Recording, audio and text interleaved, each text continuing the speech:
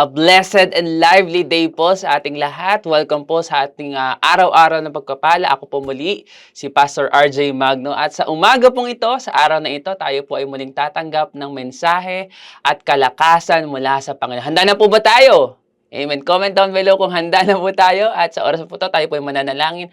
Panginoon, salamat po for this wonderful day, Lord. Salamat, O Diyos, dahil alam po namin meron kang inihahanda sa aming bago sa araw-araw. At sa umagang ito, we just pray, Lord, na patuloy mo kaming kausapin, Panginoon. Continue to open our eyes. Continue, Lord, to open our hearts, Lord, for us to understand and for us to receive, Lord, the awakening, Lord, of our minds and hearts, Lord.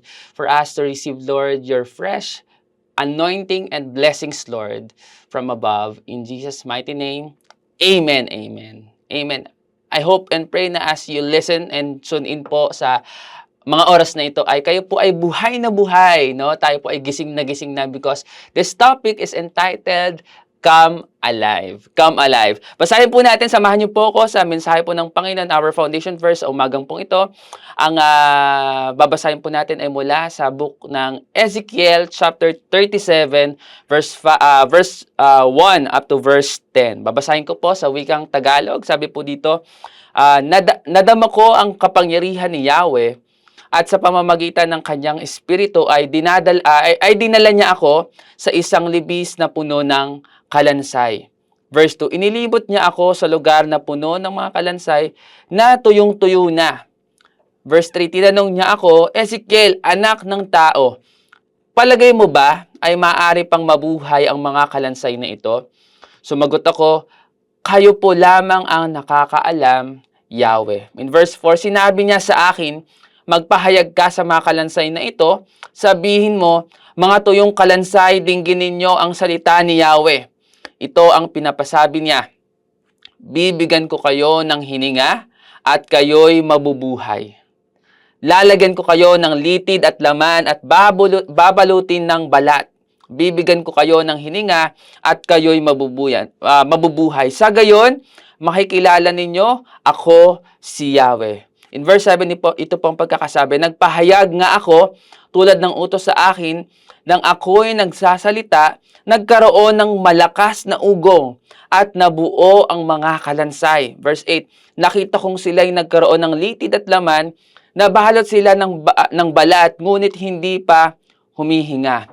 Sinabi sa akin ni Yahweh, Ezekiel, anak ng tao, tawagin mo ang hangin sa lahat ng dako, sabihin mong ipinapasabi ko, hangin, hingahan mo ang mga patay na ito upang sila'y mabuhay. In verse 10, nagpahayag nga ako at ang hangin ay pumasok sa kanila, nabuhay nga sila at nang magtayuan sila'y ubod ng dami parang isang malaking hukbo. Ito pong ating passage na binasa, ito po ay vision, no, na ni Prophet Ezekiel po about the valley of dry bones, no. Nakita siya sa kanyang panaginip o sa kanyang vision ng ng isang libis, no, ng isang patag na lugar na punong-puno ng mga kalansay. And alam niyo po, may ibig sabihin po ito, no?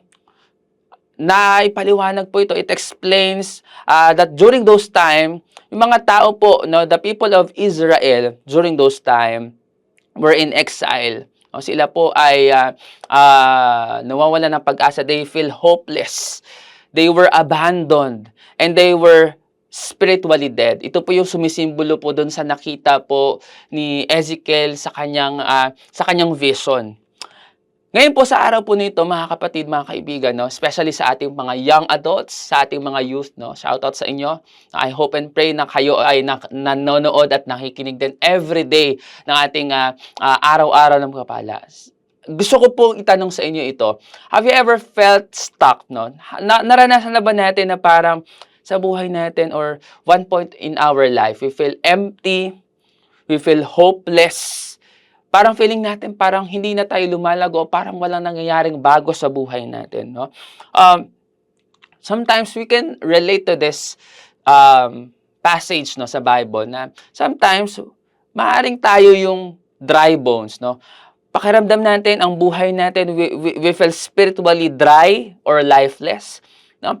Uma-attend ka sa church pero parang nakikinig ka sa preaching pero parang wala kang na-absorb. Parang dumating ka ba sa buhay mo sa season ng buhay mo na parang hindi ka na nabe-bless? Parang hindi ka na laging mabigat ang sitwasyon at pakiramdam mo sa buhay, no?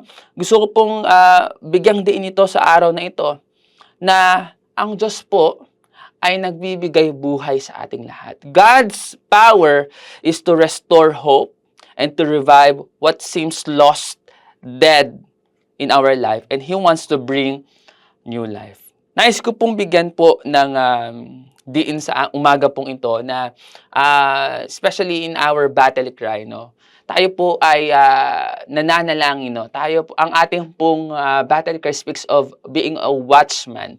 At aside from being watching, no, yung pagbabantay, no, natin sa lahat ng nangyayari sa paligid natin, mahalaga maging mapagbantay din po tayo sa ating mga sarili, no, sa ating po mga spiritual life. Kamusta ka? How's your life? How's your spiritual life, no?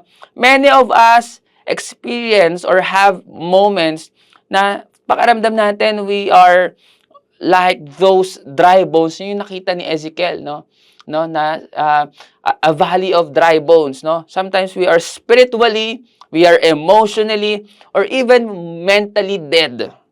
Para tayong mga zombie na gumigising sa umaga, no, nagtatrabaho, nag-aaral, ginagawa yung mga bagay sa buhay natin na parang nawala na sa iyo yung passion, nawala na sa iyo yung giya or yung parang excitement mo sa araw-araw. I wanna tell you, hindi yan ang nais ng Diyos sa buhay mo, kapatid. The Lord wants you to enjoy life. Naalala po ba natin, no? The Bible tells us, ang pangako po ng Panginoon for us is to have a rich and satisfying life. Nais po ng Diyos, tayo mga kapatid, ay mamuhay na-experience natin yung kanyang mayamang biyaya at masatisfy tayo, no? Hindi lang tayo basta ma-bless, hindi lang tayo basta makaranas ng mga goodness ni Lord, kundi masatisfy tayo. When we say masatisfy, no, experience yun na bubang kumain sa buffet, no? Kumain tayo sa sanggupsal, no? Ang dami mong nakain pero hindi ka nabusog, hindi ka nasarapan, no? Nakakalungkot sometimes, napuno ka, nabusog ka, pero hindi ka nasatisfy. Nais po ng Panginoon, kapatid, sa buhay mo, you feel or you experience a rich and satisfying life. Ano yung dapat natin gawin, no, for us to come alive? Do you desire, kapatid, dinidesire mo ba sa araw na ito or sa season ng buhay mo na manumbalik yung iyong sigla, yung excitement in serving the Lord? Nawalan ka na ba ng gana sa paglilingkod mo sa Panginoon? Nais kong malaman mo, kapatid, sa araw na ito, sa umagang ito, nais ng Diyos buhayin yung natutulog na passion in your heart, no? Nawalan ka na ba ng gana to reach out for the people, mag-disciple, mag-win, mag-care group? Ito yung mga bagay na dapat natin gawin. Number one, you need to recognize the dry bones in your life. Ano ba yung mga bagay na sa tingin mo dry at empty sa buhay mo? You have to recognize, no? Alamin mo kung ano yung problema. Mahirapan tayong solusyonan ang problema kung hindi mo alam yung problema mismo. So, we need to acknowledge that these moments of dryness and emptiness are not permanent. Itong mga bagay na to, itong season na to, itong dryness sa buhay natin, hindi ito pangmatagalan, no? Nais ng Diyos sa araw na to, kapatid, matuldukan yung dryness sa buhay mo. Pangalawa, you need to know that the Word and Spirit of God brings life. Kapag nasa iyo ang kapangyarihan ng Diyos, ang Espiritu ng Diyos, ang salita ng Diyos, no? Kapag tayo po ay araw-araw nagbababad sa salita ng Diyos, the Lord gives and brings life to every dead situation sa buhay po natin, no? God's Word is not just a collection of stories. It's alive and powerful. no? Yung binabasa nating mga verses sa Bible every day, no? Pag nagde-devotion tayo, hindi lamang po ito kwento-kwento lamang, no? Ito po ay makapangyarihan. Tandaan po natin ang salita ng Diyos ay buhay at makapangyarihan. Kaya nito magbago ng buhay. Kaya nitong magbigay ng buhay sa buhay natin, no? So we need to understand that God's purpose for us is to bring life and to restore us. At last po, no? Last na dapat nating maunawan, come alive with purpose. Come alive with purpose. Amen? Alam niyo po, ang Diyos po ay merong unique purpose sa bawat isa po sa atin. Nung tayo po ay hiningahan ng Diyos ng buhay, when God breathes life into you, kapatid, nais niya magkaroon ka ng impact. He wants you to make an impact sa iyong eskwelahan, sa iyong pamilya, no? Sa iyong community, sa iyong marketplace, and even online. No? Nais ng Panginoon na ang buhay mo ay maging pagpapala sa ibang tao. You have a purpose. Hindi ka nabubuhay para gumising, magtrabaho, kumain, at matulog.